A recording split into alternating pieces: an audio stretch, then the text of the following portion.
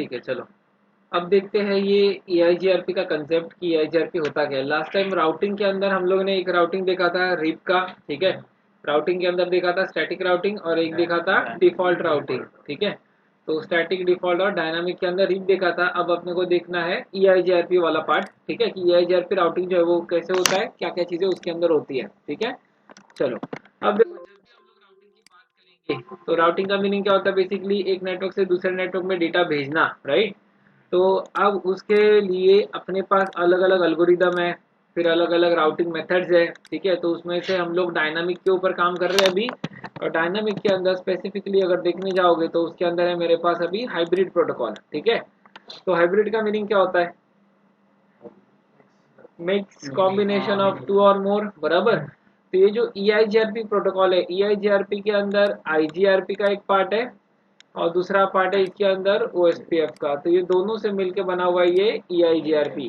EIGRP stands for enhance interior gateway routing protocol. IGRP interior gateway routing protocol होता है और उसका थोड़ा सा एनहांस वर्जन। तो एनहांस क्या किया उसके अंदर, OSPF का थोड़ा सा झोंक डाल दिया है, ठीक है। तो ये बन गया अपना EIGRP वाला part, enhance interior gateway routing protocol. तो इसमें तुम लोग को OSPF के भी फीचर देखने को मिलेंगे और इसके अंदर IGRP के भी फीचर देखने को मिलेंगे। देखो, डिस्टेंस वेक्टर प्रोटोकॉल जो होता है, ठीक है, ये प्रोटोकॉल कैसे काम करता है, नंबर ऑफ हॉप्स देखेगा कि कितने नंबर ऑफ डिवाइसेस बीच में आ रहे। तो जिसमें अपने पास रिप था तो रिप के अंदर कितने थे, 15 हॉप काउंट सपोर्टेड थे, ठीक है। तो वैसे ही हॉप काउंट बेसिस पे IGRP भी चलता है। तो वो ही हॉप काउंट का लॉजिक यहाँ पे दिया हुआ है कि इतने हॉप काउंट सपोर्ट करेगा, ठीक है। फिर उसके बाद OSPF का काम करने का तरीका अलग है। OSPF क्या देखता है, कॉस्ट देखता है कि वो इंटरफेस गीग वाला है, वो इंटरफेस फास्ट इथरनेट वाला है, कौन सा फास्ट रहेगा, गीग वाला, बराबर। तो वो ये भी देखेगा कि कौन सा, अगर यहाँ से मैं जा रहा हूँ तो कितने नंबर ऑफ हॉप्स लग रहे हैं और साथ साथ में ये जो इंटरफेस है ये गीग है कि नहीं है। अगर मैं ऊपर से जा रहा हूँ, ठीक है, अभी हम लोग का जो डायग्राम था लास्ट टाइम का जो लैब था, ठीक है, सिनेरियो वाला कौन सा था, ये वाला, ठीक है। तो इसमें से हम लोग बीच में से जा रहे थे तो कितने नंबर ऑफ हॉप्स लग रहे थे मेरे को, 4। ऊपर से जा रहा था तो 5, नीचे से जा रहा था 6। अगर मेरा बीच में से जा रहा हूँ तो मेरे पास 4 हॉप लग रहे हैं, लेकिन मेरे पास वो फास्ट इथरनेट है। और अगर मैं ऊपर से जा रहा हूँ, ठीक है, तो यहाँ तक तो फास्ट इथरनेट रहेगा, इधर से आगे बढ़ूंगा तो ये पूरा गीग में चेंज होएगा, फिर वापस यहाँ पे आएगा फास्ट इथरनेट में आएगा। तो ऊपर से जा रहा हूँ तो 5 हॉप लग रहे हैं, लेकिन बीच में फास्ट इथरनेट है, बीच में गीग है, वापस फास्ट इथरनेट है। लेकिन अगर मैं बीच में से जाऊंगा, 4 हॉप लग रहे हो, पूरा का पूरा फास्ट इथरनेट है, कौन सा रास्ता चूज किया जाएगा, कॉस्ट देखा जाएगा। जितना कॉस्ट तुम्हारा कम रहेगा उतना कॉस्ट बेसिस पे वो काम करेगा। तुम बोलोगे कॉस्ट मतलब, कॉस्ट का मीनिंग होता है बेसिकली मेट्रिक, कि तुम्हें जाने के लिए वो कितना वैल्यू लग रहा है, ठीक है। तो जाने के लिए जो वैल्यू लगता है तो उसको कैलकुलेट करना पड़ेगा अपने को, ठीक है। तो वो कैलकुलेशन कैसे होगा, तो उसके लिए उन्होंने फॉर्मूला दे के रखा हुआ है, ठीक है। तो वैसे अपने को वो कैलकुलेट करने की जरूरत नहीं होती, राउटर बैकएंड में कैलकुलेट कर लेता है, लेकिन अपने को भी ये चीजें पता रहनी चाहिए। तो ये उसका फॉर्मूला है, ठीक है। तो ये फॉर्मूला अपने को पता रहना चाहिए कि कैसे वो बैकएंड में पूरा कैलकुलेशन करता है, ठीक है। ये उसका एक्चुअल फॉर्मूला है। तो फॉर्मूला अपने को पता रहना चाहिए कि कैसे वो पूरा बैकएंड में कैलकुलेट करके वो आपका रास्ता निकाल के देता है। क्लियर हो गया। तो हॉप भी देखेगा और वो मेट्रिक वैल्यू भी देखेगा, दोनों के साथ वो काम करता है। क्लियर हो गया। तो ये देखो यहाँ पे लिख के रखा है, रिप का मेट्रिक क्या है, सॉरी EIGRP का मेट्रिक क्या है, हॉप काउंट, ठीक है। और दूसरा क्या है यहाँ पे, के वैल्यू। के वैल्यू जो होता है वो स्पेस में इस्तेमाल होता है, ठीक है। समझाऊंगा वो के वैल्यू क्या होता है। क्लियर हो गया इतना पार्ट, ओवरऑल आइडिया आ गया EIGRP के बारे में, ठीक है। तो रिप में कौन सा एल्गोरिदम हम लोग इस्तेमाल किया करते थे, बेलमैन फोर्ड एल्गोरिदम, गुड। तो यहाँ पे जो एल्गोरिदम इस्तेमाल किया जाता है उसको हम लोग बोलते हैं डुअल एल्गोरिदम। डुअल का फुल फॉर्म होता है diffusing update algorithm. D for diffusing, U for update, AL for algorithm, diffusing update algorithm, ठीक है। फिर नेक्स्ट क्या लिखा है यहाँ पे, हॉप काउंट। तो कितने हॉप काउंट ये सपोर्ट करता है, रिप में कितना होता था, 15। और यहाँ पे बाय डिफॉल्ट होता है 100, और कमांड डाल के तुम लोग उसको बढ़ा के 255 करवा सकते हो। क्लियर हो गया ये पॉइंट, ठीक है। फिर EIGRP जो है वो सिस्को प्रोप्राइटरी प्रोटोकॉल है। तो प्रोप्राइटरी का मीनिंग क्या हो गया, शाबाश, ओनली सिस्को के लिए रहेगा, सिस्को ही उसको इस्तेमाल करेगा, बाकी वेंडर के ऊपर ये सपोर्टेड नहीं है। तुम जूनिपर का राउटर लेके आओगे, एक साइड सिस्को का राउटर रखोगे और दोनों के बीच में सोचोगे EIGRP चलाओ, नहीं चलने वाला। वहां पे तुम रिप और OSPF चला सकते हो, EIGRP सिर्फ सिस्को डिवाइसेस पे ही चलता है। क्लियर?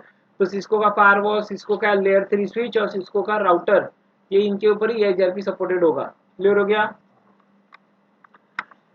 फिर क्या लिखा है, EIGRP क्लासलेस भी है, ऑथेंटिकेशन सपोर्ट भी करता है। तो जैसे हम लोग ने रिप वर्जन 1 और 2 में देखा था, 1 जो है वो FLSM सपोर्ट करता है और 2 जो है वो FLSM, VLSM, CIDR तीनों सपोर्ट करता है। तो इसमें वैसे वर्जन का सीन नहीं है, जो चलाओगे वही चलेगा। ठीक है, उसमें भी वर्जन 1 में ऑथेंटिकेशन सपोर्ट नहीं था, दूसरे वर्जन में ऑथेंटिकेशन सपोर्ट था। तो यहाँ पे एक ही वर्जन के अंदर सब कुछ मिलेगा तुम लोग को, वो सपोर्ट भी मिल जाएगा और क्लासलेस भी है ये। ठीक है, अब आते हैं ये एडी वैल्यू कंसेप्ट के ऊपर। रिप में भी मैंने बोला था कि एडी वैल्यू जब आगे EIGRP पढ़ेंगे तब बताऊंगा, अब EIGRP आ गया है तो ये बताता हूँ। देखो एडी वैल्यू का कंसेप्ट क्या होता है, एडी का फुल फॉर्म होता है administrative distance value.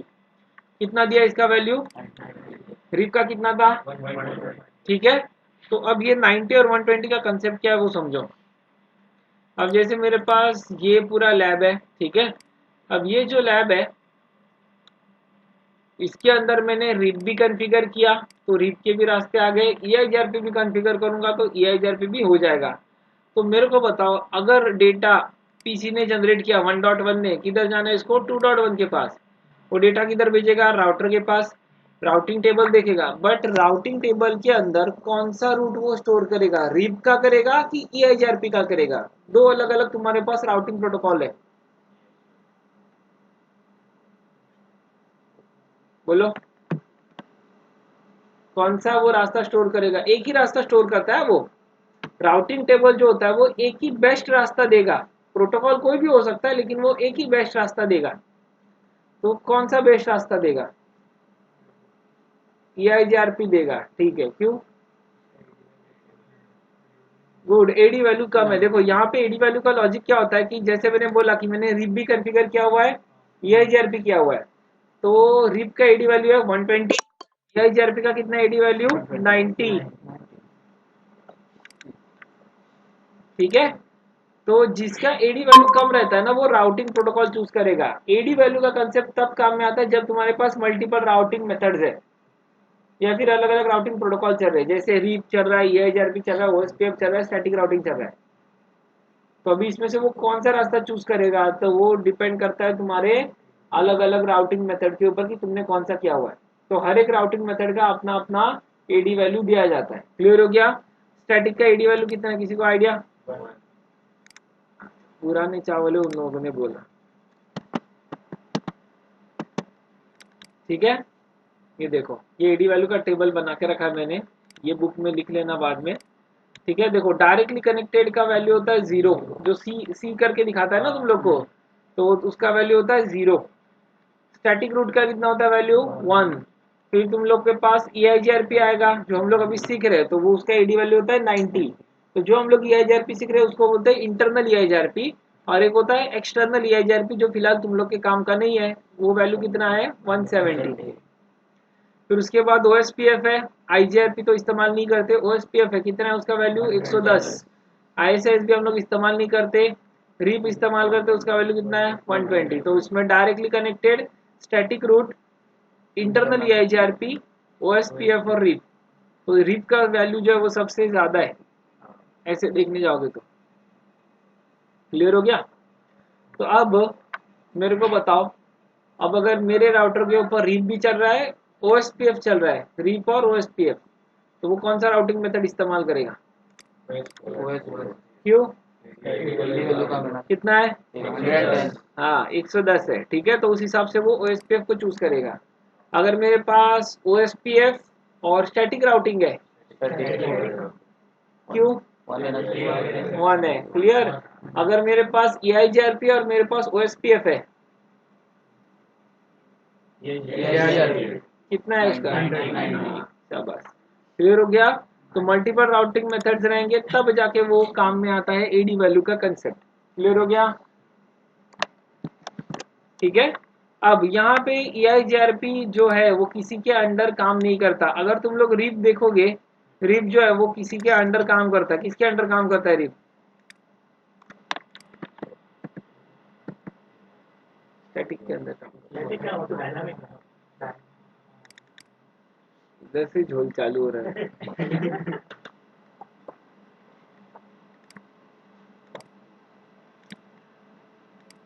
Rib uses UDP port number 520। तो यूडीपी के अंडर काम करता है, यूडीपी मेन है, उसके अंडर वो बहुत सारी चीजें चलती है, तो उसमें एक है रिप। तो रिप क्या यूडीपी के अंडर काम करता है, उसका पोर्ट नंबर कितना है? 520। ठीक है। तो अब अगर तुम इसको देखोगे, ये किसी के अंडर काम नहीं करता, ये डेडिकेटेड प्रोटोकॉल है। जैसा टीसीपी यूडीपी कैसे मेन प्रोटोकॉल है, वैसा ही EIGRP एक मेन प्रोटोकॉल है, ये किसी के अंडर काम नहीं करता। सेम आगे जाके OSPF पढ़ोगे, OSPF भी किसी के अंडर काम नहीं करता, वो एक डेडिकेटेड प्रोटोकॉल है, उसका काम करने का अपना तरीका है। क्लियर? तो ये EIGRP का प्रोटोकॉल नंबर कितना है? 88। जो मेन प्रोटोकॉल होता है उसका प्रोटोकॉल नंबर होता है, और जो एज ए सर्विस के तौर पे है या फिर ऐसा सब प्रोटोकॉल की तौर पे काम करता है उसका पोर्ट नंबर होता है। क्लियर? तो ये मेन प्रोटोकॉल है, तो इसका प्रोटोकॉल नंबर कितना है? 88। आगे जाके OSPF पढ़ोगे, OSPF का प्रोटोकॉल नंबर होता है 89। तो याद रखने में सिंपल है, 88 और 89। ठीक है। फिर जैसे दीप के वर्जन 2 के अंदर मल्टीकास्ट एड्रेस था 224.0.0.9 का, तो इसमें भी मल्टीकास्ट एड्रेस है 224.0.0.10 का। क्लियर? अब टाइमर के ऊपर आते हैं, तो इसके अंदर देखो कौन सा टाइमर है। एक तो हेलो टाइमर है जो है 5-5 सेकेंड का, दूसरा टाइमर है इसके अंदर होल्ड डाउन टाइमर 15-15 सेकेंड का। ठीक है, समझो ये हेलो टाइमर और होल्ड डाउन टाइमर क्या होता है।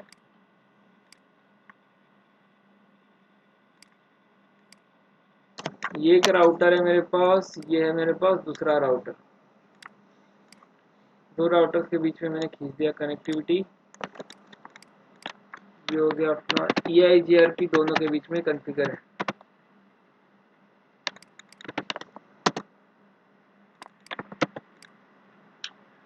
इसका एक है राउटर आईडी 10.10.10.10। राउटर आईडी का कंसेप्ट समझाता हूँ।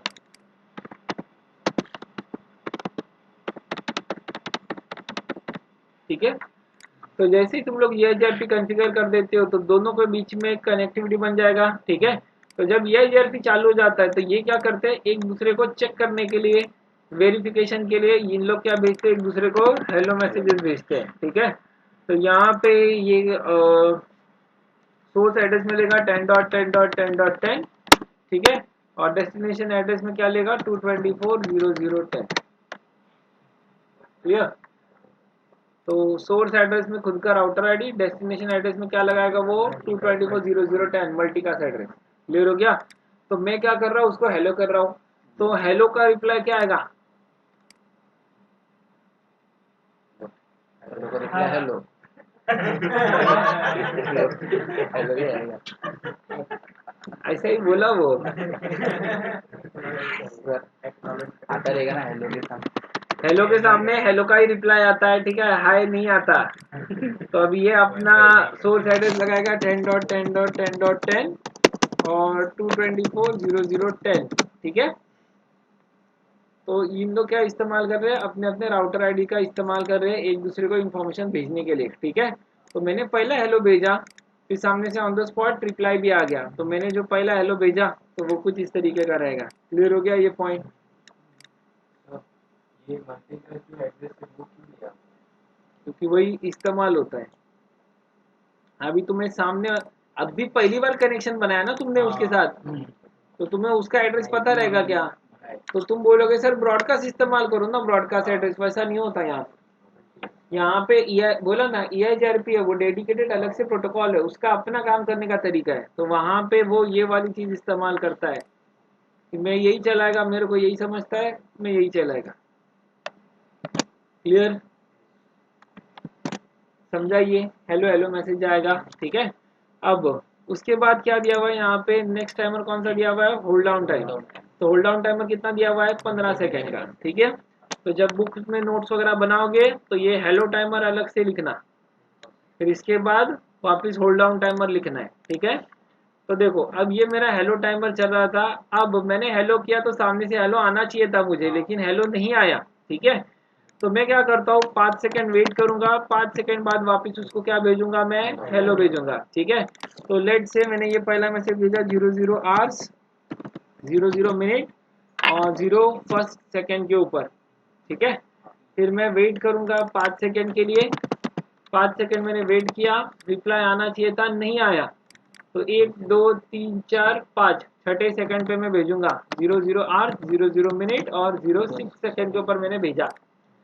फिर रिप्लाई आना चाहिए था, नहीं आया, तो मैं क्या करूंगा, वापस 5 सेकंड वेट करूंगा। ठीक है, मैंने 5 सेकंड वेट किया, रिप्लाई आना चाहिए था, नहीं आया, तो मैंने वापस उसको एक बार भेजा हेलो मैसेज। ठीक है, तो अब ये नेक्स्ट हेलो मैंने कब भेजा, 00 आवर्स 00 मिनट्स और 11 सेकंड के ऊपर मैंने भेजा। भेजने के बाद मैं क्या करूंगा, वापस 5 सेकंड का वेट करूंगा। अब हो गया मेरा टाइम, जो पेशेंस लेवल था वो खत्म हो गया, 15 सेकंड डन हो गया। 15 सेकंड बाद मैं क्या समझ लूंगा, ये वाला जो राउटर है, ये वाला राउटर हो चुका है अपना डाउन। क्लियर हो गया, तो ये चलता है इसका होल्ड डाउन टाइमर। तो यहाँ पे कंटिन्यूस वो बेसिस पे वो हेलो हेलो भेज रहा है, रिप्लाई आना चाहिए था, नहीं आया। जैसे ही 15 सेकंड डन हो गया, ये समझ जाएगा, R1 समझ जाएगा कि ये वाला जो राउटर है वो डाउन चला गया। क्लियर हो गया ये। तो इसका जो मैकेनिज्म है ये कुछ इस तरीके से काम करता है, पता करने का कि सामने वाला राउटर डेड है कि अलाइव है। क्लियर हो गया।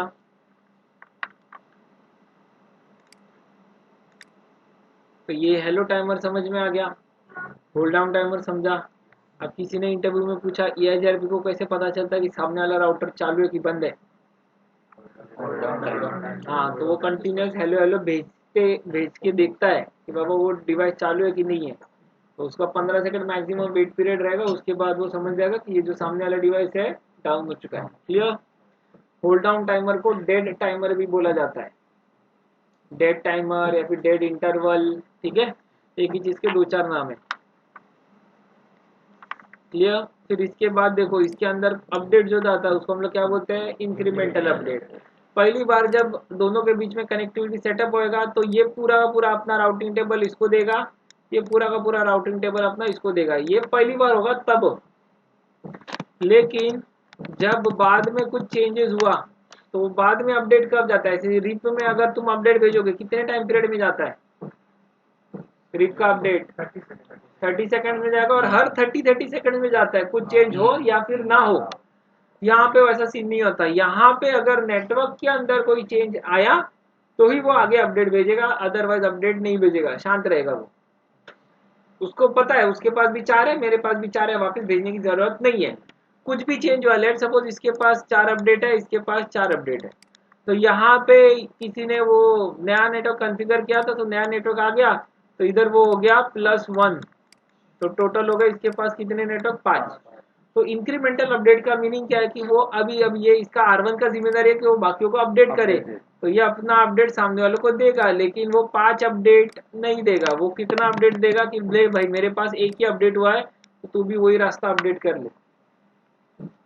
तो जो पुराने रास्ते वो नहीं अपडेट करवाएगा, जो एडिशनल नया कुछ आया है वही वो अपडेट देगा। क्लियर।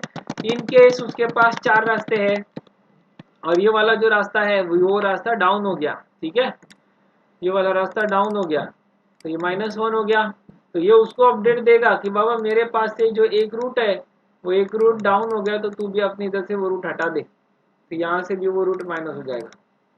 क्लियर हो गया। तो जो रूट ऐड होता है या फिर जो रूट लेस होता है उसी का ही इंफॉर्मेशन आगे सेंड किया जाता है, वो मीनिंग होता है किसका, इंक्रीमेंटल अपडेट का। इंक्रीमेंटल अपडेट का मीनिंग होता है एडिशनल अपडेट, तो वो एडिशनल में कुछ भी हो सकता है, अप या फिर डाउन। क्लियर हो गया। इसमें किसी को कोई डाउट है, पक्का बैठ गया दिमाग में। तो यहाँ पे अभी बढ़ते हैं मेन टेबल के ऊपर। अभी इसमें देखो 3 टेबल बन रहे। देखो अब ये जो अलग अलग टेबल है, ठीक है, तो अब ये टेबल के अंदर एक तो है नेबर टेबल, दूसरा है टोपोलॉजी टेबल, तीसरा है इसके अंदर राउटिंग टेबल। रिप में मैंने वो पॉइंट डाला था कि रिप के अंदर कितने टेबल होते हैं, एक ही टेबल बनता है, और वो टेबल का नाम क्या है, राउटिंग टेबल। रिप में only one table known as a routing table. ठीक है, इसके अंदर 2 2 3 3 10 10 टेबल नहीं बनते, 3 टेबल बनेंगे EIGRP के अंदर, 3 टेबल बनेंगे OSPF के अंदर। ठीक है, थोड़ा अलग अलग नाम है। तो पहला EIGRP समझते हैं, OSPF जब पढ़ेंगे तो उसके बारे में बताऊंगा। ठीक है, देखो अब यहाँ पे नेबर टेबल के अंदर बट ऑब्वियस है, नाम जैसा है वैसा ही काम रहेगा। तो सारे डायरेक्टली कनेक्टेड जो नेबर रहेंगे उसका इंफॉर्मेशन रहेगा इसके पास। ठीक है, तो जैसे अगर फिर तुम लोग R1 को कॉन्फ़िगर करोगे तो R1 का इमीडिएट नेबर कौन है? R2 बराबर। स्विच तो आएगा नहीं क्योंकि स्विच राउटिंग कर नहीं रहा है। ठीक है, तो R1 के लिए इमीडिएट नेबर में कौन आएगा? R2 आएगा। ठीक है, लेकिन R2 के लिए इमीडिएट नेबर में कौन कौन आएगा? तो इसके लिए आएगा R1, इसके लिए आएगा R5, इसके लिए आएगा R3 और इसके लिए आएगा R7। तो अगर इसका तुम नेबर टेबल खोल के देखोगे, बताऊंगा कमांड डाल के कैसे चेक किया जाता है, तो उसके नेबर टेबल में 4 राउटर के बारे में इंफॉर्मेशन मिलेगा। क्लियर हो गया ये पॉइंट? समझे ये चीजें? ठीक है, तो ये होता है नेबर टेबल के अंदर इंफॉर्मेशन, जो डायरेक्टली कनेक्टेड इमीडिएट नेबर होते हैं उसके बारे में इंफॉर्मेशन होता है। क्लियर हो गया ये पॉइंट? ठीक है, फिर आते हैं टोपोलॉजी टेबल के ऊपर। फिर टोपोलॉजी टेबल में क्या क्या देखने को मिलेगा, देखो अब ये जो अपने पास पूरा टोपोलॉजी बना पड़ा है। ठीक है,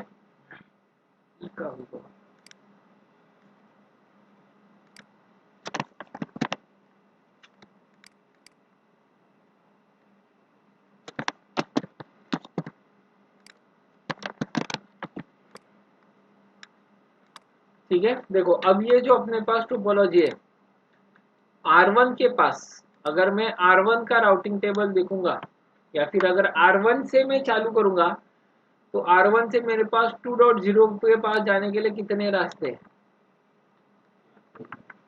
गलत, रास्ता एक ही, बाद में आगे जाके शाबाश, गुड कैच। देखो R1 के पास कितने रास्ते हैं? तो उसके पास एक ही रास्ता है। क्लियर? R2 के पास 3 रास्ते हैं अलग अलग। कैच करना सीखो चीजें। ठीक है, सीखने के एग्जाम में ऐसे क्वेश्चन आएंगे 101%। जो लास्ट के MCQ होता है ना, उसमें ऐसे ही ट्रिक क्वेश्चन होते हैं। तो तुम्हें वो अच्छे से पढ़ना है, अच्छे से समझना है कि क्या करना है उसके अंदर। ठीक है, देखो तो अभी मैं बात करूंगा R1 की। तो R1 से मेरे को यहाँ पे जाना है 2.0 के नेटवर्क में, तो कितना रास्ता है मेरे पास? एक ही रास्ता है।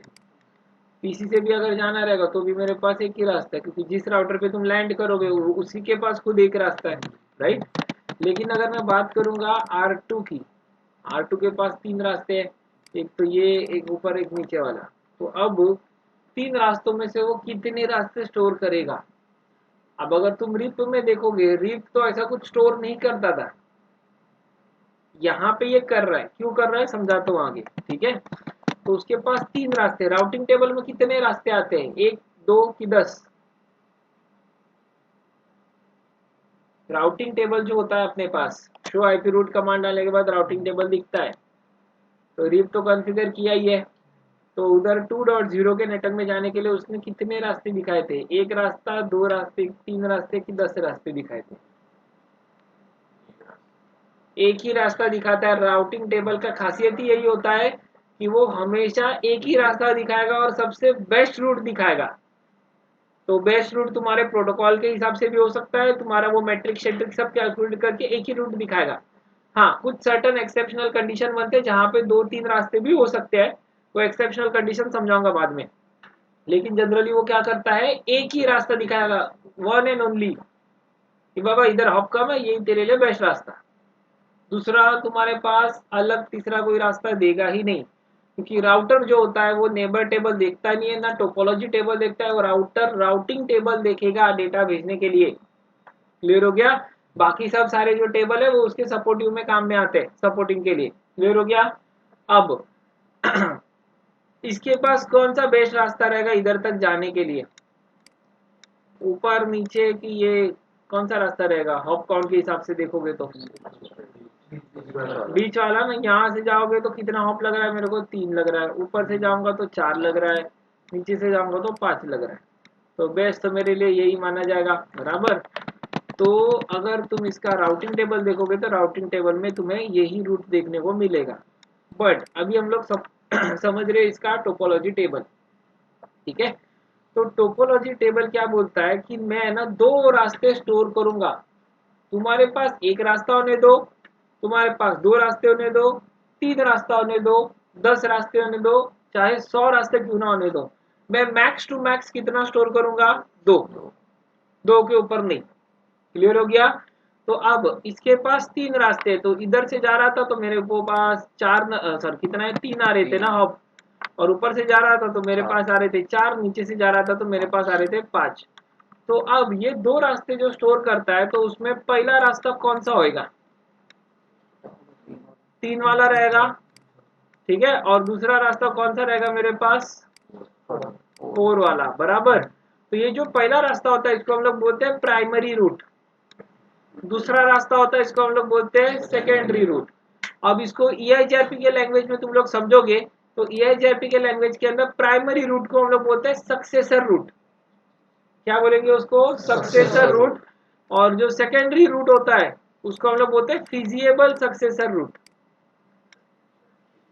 सक्सेसर रूट और दूसरा क्या बोला जाता है? Feasible successor root. क्लियर? तो ये दो ही रास्ते स्टोर करता है। तो जो तुम्हारा प्राइमरी रूट रहेगा सबसे बेस्ट है, तभी तो जाके उसने नंबर 1 पे रखा। तो यही जो नंबर 1 वाला रास्ता होता है वही तुम्हारे राउटिंग टेबल के अंदर बेस्ट रास्ता मान के आ जाता है। क्लियर हो गया? अब व्हाट इफ ये रास्ता जो है पहले नंबर का वो राउटर फेल हो गया, तो वहां पे कौन सा रास्ता लेगा? वो सेकेंडरी रास्ता लेगा। तो सेकेंडरी रास्ता चूज करने के लिए वो टाइम लगाएगा क्या? जरूरत ही नहीं है, उसने पहले से कैलकुलेट करके रखा है, तभी तो उसके सेकंड नंबर पे आया ना वो। उसको कैलकुलेट करने के लिए थोड़ी तुम एडिशनल कुछ टाइम डला रहे हो, वो डालना था वो पहले डाल दिया। अब अभी जब इमरजेंसी केस बनता है कि बाबा ये रास्ता बंद पड़ गया, तो मैं ऐसा रीप जैसा हरकतें करते बैठूंगा, 180 सेकंड रुको, फिर 60 सेकंड नया रास्ता ढूंढने में डालो, टोटल 4 मिनट बर्बाद। तब तक क्या डेटा तुम लोग ऐसे ही लटका के छोड़ोगे? समझ रहे हो? तो तब ये वाला जो सिनारियो होता है ना वो काम में आता है कि बाबा पहले से ही तुमने रास्ते कैलकुलेट करके रखे हैं, ये ना सही तो वो सही। क्लियर हो गया? तो ये तुम्हारा आ जाएगा सेकेंडरी रूट, बन जाएगा तुम्हारा प्राइमरी रूट इनकेस ये फेल हो गया। तो ये जो सेकेंडरी है ये क्या बनेगा? अपना फर्स्ट नंबर का रूट, और ये बनेगा सेकेंडरी से प्राइमरी, और ये रास्ता उठ के आ जाएगा तुम्हारे राउटिंग टेबल के अंदर। और ये बाद में ना वापिस बैकेंड में दूसरा रास्ता कैलकुलेट कर लेगा जो कि रहेगा ये 5वें नंबर वाला, 5 हॉप्स वाला, और ये बनेगा फिर तुम्हारा सेकेंडरी। तो वो कैलकुलेट करके रखेगा। क्या भरोसा सारा ये भी फेल हो गया? होता है गड़बड़ एक बार ऐसा हो गया ना गड़बड़, पूरा वो चेन हो जाता है, चेन ऑफ गड़बड़ आएगा फिर वहां पे। हाँ हाँ, तो वो पूरा चेन ही बन जाता है ना। प्रॉब्लम आते तो बराबर लाइन में सब आता है, फटेगा ना तो एक साथ सब फटेगा, वो तो सब अच्छे से रहेगा। तो जब फटता है ना तो समझता नहीं कि कहाँ से चालू करूं, मैं किधर से रिसॉल्व करना चालू करूं। क्लियर हो गया? तो जब ये अपने आप रास्ता डाउन हो जाएगा तो फटाक से चेंज हो जाता है, टाइम नहीं लगता उसको। ज्यादा से ज्यादा कितना टाइम लेगा वो? शाबाश, 15 सेकेंड। 15 सेकेंड के ऊपर वो टाइम नहीं लेता। जैसे 15वें सेकेंड खत्म, 16वें सेकेंड पे उसने रास्ता चेंज कर दिया, क्योंकि उसको पहले से ही पता है। अब ये जो टाइमर है इसको घटा भी सकते हैं हम लोग, घटा के कम भी कर सकते हो, तो तुम्हारे ऊपर है, कमांड डाल दो घटा के कम कर लो, ठीक है। मैनिपुलेशन पॉसिबल है। फिर वो थोड़ा सा लोड बढ़ जाता है, बाकी कुछ नहीं, वो कंटिन्यूस चेकिंग पे रखता है ना, हेलो हेलो हेलो हेलो, तो नहीं आया तो फिर गेम खत्म हो गया। क्लियर हो गया ये? तो टोपोलॉजी टेबल में कितने रास्ते स्टोर करेगा वो? दो। 10 रहेगा तो भी कितना स्टोर करेगा? क्लियर?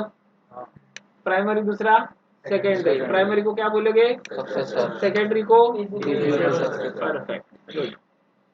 तो ये हो गए तुम्हारे 3 टेबल। नेबर टेबल में डायरेक्टली कनेक्टेड इमीडिएट नेबर का इंफॉर्मेशन होता है। टोपोलॉजी टेबल के अंदर किसका इंफॉर्मेशन रहेगा?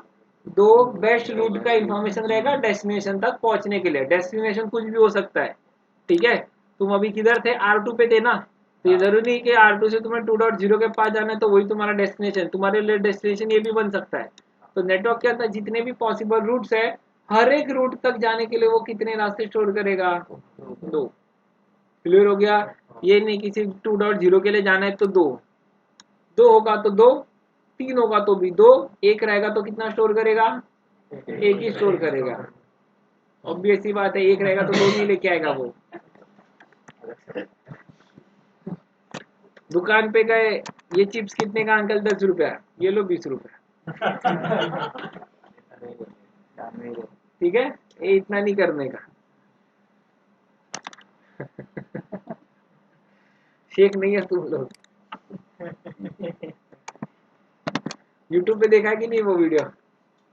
शेख गाड़ी से उतरता है, शेख गाड़ी में बैठा रहता है, वो एक इंटरव्यूअर आता है, माइक घुसड़ता है उसके मुंह में, बोलता है आई लाइक योर कार। वो बोलता है थैंक यू। कार की चाबी उसके हाथ में दे दी, ले आज से कार तेरी। उसको पसंद आया ना, आई लाइक योर कार, ले भाई रख। वैसा सीन नहीं चलता इधर। क्लियर? एक बार ऐसे ही था, एक बार क्लब में गए थे, वो बहुत पैसे वाला आया था वहाँ पे। उसको क्या बोला वेटर ने, भाई आप इधर हो जाओ। उन्हें मेरे को भाई बोला, ये ले 500 रुपया। वो बंदे ने सर पेट्रोल पंप वाले को भी बोला, भाई आप अपनी गाड़ी आगे ले। उन्हें मेरे को भाई बोला, ये ले 500 रुपया। ऊपर से नीचे तक सब उसको वापस भाई भाई बोल रहे थे, फिर सबको नोट दे रहे। कमाने के नए नए जरिए आ चुके हैं। पहले के जमाने में कैसे थे, अपने माँ बाप के जमाने में कि भाई तू बीकॉम कर, मैनेजर बनेगा, तू इंजीनियर बन, बड़ा सेठ बनेगा, ठीक है, तू फॉरेन में जाके स्टडी करके आ गया मतलब तू भगवान ही बन गया। अभी वैसा नहीं रहा। आजकल लोग टिकटॉक पे, यूट्यूब पे वीडियो बना के भी कमा लेते हैं, अपने से ज्यादा कमाते हैं। स्पॉन्सरशिप मिल गया, धनाधन अंदर आ रहा है। समझ रहे हो? तो नए नए तरीके बहुत है, नए नए करियर आ चुके हैं मार्केट में। तो अभी नया करियर एकदम वियर्ड करियर कौन सा है, किसी को पता है? एकदम वियर्ड करियर। वियर्ड मतलब कुछ ऐसा घिनौना, अतरंगी। यूट्यूब बना रहा सर, यूट्यूब बना रहे हाँ, क्या रील स्टार? इंस्टा पे आता ना। वो ऐसा वियर्ड करियर नहीं है। हाँ, वो तो स्कैम है, करियर नहीं है, वो स्कैम है। एक को जोड़ो दो को।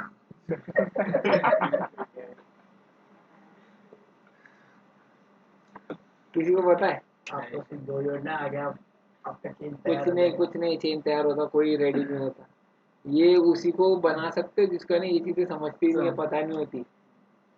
और ये जनरली ऐसे लोग बनते हैं ना इसमें, जो एक तो जिनको पैसा कमाने का लालच होता है, ठीक है, हाँ। कि भाई मैं भी जोड़ूंगा, मेरे से भी बनेगा। मैंने बहुत लोग ऐसे देखे, मेरे पास भी आए हुए हैं, बट पता है अपने को क्या सीन होता है। तो अपन करने कभी ऐसे घास डाला नहीं। तो बाद में उन्होंने 7-8 महीने बाद खुद ही शांत हो गए उन लोग, खुद ही लाइन पे आ गए, भाई ये सब में मतलब नहीं है, ये जोड़ जोड़ के कुछ नहीं जुड़ने वाला। जय हो का डायलॉग जय हो में रखो, इधर नहीं लेके आने का रियल लाइफ में। अच्छा, किसी को पता है क्या सबसे वियर्ड करियर कौन सा है? नहीं पता? ये यूएस में एक ऐसा जॉब होता है जहाँ पे तुम लोग को ना स्टूल टेस्टिंग करना होता है। स्टूल समझते हो? ह्यूमन वेस्ट, जो उस दिन हुआ था उसका टेस्टिंग, स्मेल करना होता है उसको। हाँ, वो करियर है। हाँ, अभी जैसे ये फ्रेग्रेंस होता है ना, अपना परफ्यूम मारते हैं, उसका भी टेस्टिंग होता है। वो परफ्यूम मेकर्स जो होते हैं, ऐसा वो मारते हैं, फिर फ्रेग्रेंस लेते हैं, फिर उस हिसाब से बनाते हैं। वो भी करियर हो गया, ठीक है। हेयर ड्रेसिंग का करियर हो गया, ब्यूटिशियन का हो गया, सब बहुत सारे, प्लम्बिंग शम्बिंग बहुत कुछ करियर आ गया अभी, ठीक है। पहले लोग पहला वो बाल काटने वाले नाई बोलते थे, अब उसका स्टेटस बन चुका है। 100 रुपए 150 रुपए से नीचे लेता नहीं है। और कोई एकदम प्रोफेशनल रहेगा, आलिम हकीम जैसा, वो 2000-4000 के नीचे एक हेयर कट का लेता नहीं। तो उसका भी सर्टिफिकेशन कोर्स आ चुका है अभी। भाई अरे नाखून को कलर करने का सर्टिफिकेट मिलता है आजकल। नेल आर्ट, हाँ नेल आर्ट।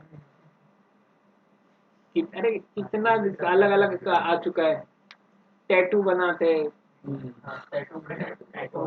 टैटू आर्टिस्ट अभी इतना टैटू बनाते हैं लोग, ठीक है। अभी किसी किसी को शौक होता है, अभी टैटू आर्टिस्ट भी इतने भारी है, इतना रियलिस्टिक बना देते हैं स्किन के ऊपर, ऐसा लगता है नहीं कि वो ऐसा हाथ से वगैरह बना हुआ है फिर कुछ है। वो भी एक करियर है। एक हाथ का 70 है। अरे एक हाथ एक हाथ का नहीं होता वो, 1 इंच का रहता है। इंच के ऊपर वो सब होता है 1 इंच का 1500 लेता है, 2 इंच का 1500 मेरे लेता है। दोस्त ने बोला था 8,000 रुपये लगेगा। मेरा दोस्त है सिद्धार्थ, बनाता है टैटू, उसका खुद का है। 8,000 रुपये बोला था 2 इंच का। वो, क्योंकि उनका प्रिसीजन होता है ना उतना, उनका एक्सपीरियंस होता है। अरे ऐसा टैटू बनाएगा ना एकदम जबरदस्त, मेले जैसा नहीं तो है।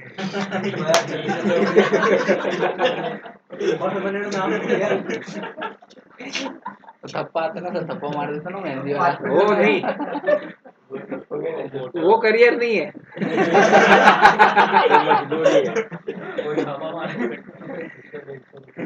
छापा मारने का करियर। बोलता 150 रुपए लेते हैं।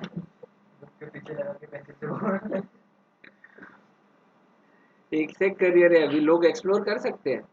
अभी लोगों को ये लगता है कि ये पानी पूरी वाला धंधा लो ग्रेड का रहेगा, जबरदस्त कमाते हैं उन लोग। बड़े होटल के हाँ, है सर है, बट वो सिर्फ उसके मल्टीनेशनल कंपनी के सामने खोल दो, सबसे बारी सर। सर सबसे बारी हो। सी, तुम करियर किसमें भी बनाओ, मतलब बुरी चीजों में मत जाना, ठीक है। यहाँ पे समझने जैसी चीज ऐसी है कि ये मैटर करता है, ठीक है। करियर तुम बनाओ, फिर वो सिर्फ, अगर तुम ऐसा सोशली रहोगे, समाज में देखने जाओगे, तो लोग देखते हैं एक तो ये, और दूसरा तुम्हारे पास वर्ड कितना है, पावर कितना है, स्टेटस कितना है, बस। बाकी कुछ मैटर नहीं करता। क्लियर है? हाँ, पॉलिटिक्स लोग नहीं कमाते क्या? उनके पास पावर है क्या? लोगों को पता नहीं है क्या इसके पास ब्लैक पैसा रहेगा? पावर है भाई, पुलिस घूम रहे हैं आजू बाजू में, गाड़ी है, काफिला है, क्या इन लोग को समझता नहीं है? लोगों को, जनता को, कि भाई ये खाता रहेगा नहीं खाता रहेगा, होता है। खाना खिलाना सिस्टम के अंदर ही है अभी। हाँ, अभी थोड़ा कम हो गया है। जो नए रिक्रूट्स होते हैं, नए ऑफिसर्स आते हैं, उन लोग उतना नहीं लेते, तो फिर होता है ना थोड़ा सा अंदर से कंट्री नया प्राइड, जोश। हाँ, तो वो रहता है, तो उन लोग नहीं लेते। जो पुराने एकदम है, खा पी के सब जिंदा है, तो वो जिनका गाड़ी चल रहा है वो सब उनका ही चल रहा है, बाकी नहीं लेते। कभी देखना कोई पुलिस वाला पहचान करेगा, वो भी लोग बोलते हैं कि अभी जो साहब आया वो स्ट्रिक्ट है, वो खाने खिलाने नहीं देते, तो पूरा बंद हो जाता है वो डिपार्टमेंट। लेकिन नहीं, नहीं। उनका ना, उनका 2-3 हफ्ते में वो भी हो जाता है, ट्रांसफर भी हो जाता है जल्दी। तो डिपेंड करता है बाबा, अब वो तुम्हारा ऑपरेशन कैसा है, मिशन कैसा है, उसके ऊपर मैटर करता है।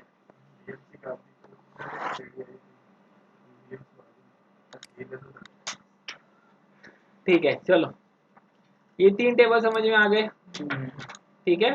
देखो अब लिखा है यहाँ पे, EIGRP works on autonomous system. अच्छा, ये ऑटोनोमस सिस्टम क्या होता है, किसी का आइडिया? ऑटोनोमस सिस्टम क्या होता है क्या किसी का आइडिया? हाँ, कुछ भी। ऑटोनोमस सिस्टम ऐसा बोल सकते हो, बड़ा इलाका, बड़ा एरिया, ठीक है। अब ये जैसे तुम्हारे पास ये बड़ा एरिया है, ठीक है, और ये उसके अंदर हम लोग ने ये छोटे छोटे एरिया बनाए। बड़ा एरिया इट्स लाइक अंधेरी, ठीक है, और उसके अंदर मैंने ये छोटे छोटे एरिया बना दिया। अब ये जो बड़े एरिया के ऊपर काम करना है, तो यहाँ पे काम कौन करेगा? EIGRP काम करेगा, ठीक है। और जो छोटे एरिया है वहां पे काम करना रहेगा, तो वहां पे कौन काम करेगा? तो उधर काम करेगा OSPF। क्लियर हो गया? OSPF थोड़ा माइक्रो लेवल पे कंट्रोल बनाने में हेल्प करता है, EIGRP जो होता है वो थोड़ा लार्ज सेक्शन में कंट्रोल करने के लिए हेल्प करेगा। क्लियर हो गया ये पॉइंट? तो EIGRP जिसके साथ काम करता है उसको हम लोग क्या बोलते हैं? ES, ऑटोनोमस सिस्टम, ठीक है। तो ऑटोनोमस सिस्टम मतलब बड़ा इलाका, ऐसा पकड़ के चलो, ठीक है।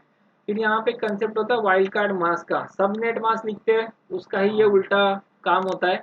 देखो ये डिफॉल्ट वैल्यू है 255 255 255, उसमें से जो सबनेट मास्क दिया है वो डिलीट कर, ये कर दो, माइनस कर दो, तो 255 में से 255 गया, कितना बचा 0, इसमें भी बचा 0 0, 255 में से 0 गया, कितना बचा, क्लियर हो गया।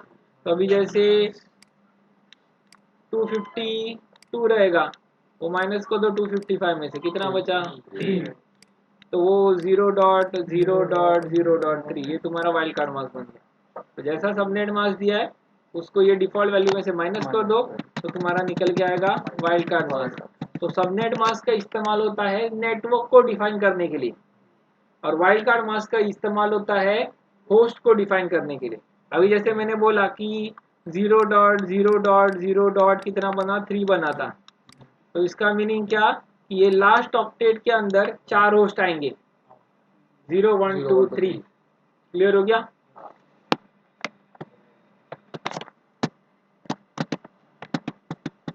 ठीक है, फिर क्या लिखा है मैट्रिक, तो मैट्रिक का मीनिंग क्या है, मैट्रिक इज अ कैलकुलेशन और process to reach the destination.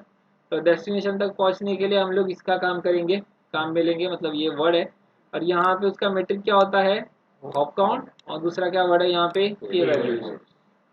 Clear हो गया। के वैल्यूज वगैरह समझाऊंगा, आज तो टाइम बचा नहीं है, ज्ञान में टाइम चला गया अपना, ठीक है। तो ये के वैल्यूज का जो कंसेप्ट है, फिर इसका ये मैट्रिक का कैलकुलेशन और जो कॉन्फ़िगरेशन वाला पार्ट है, ठीक है, वो अगले वाले लेक्चर में कर लेंगे हम लोग, ठीक है। तो ज़्यादा कुछ खास बचा नहीं अपना इसमें, वो भी हो जाएगा। तो इसमें EIGRP में ये मैट्रिक कैलकुलेशन फॉर्मूला और ये चीज़ें बतानी है, बस एक दो चीज़ें, के वैल्यू, ये देखो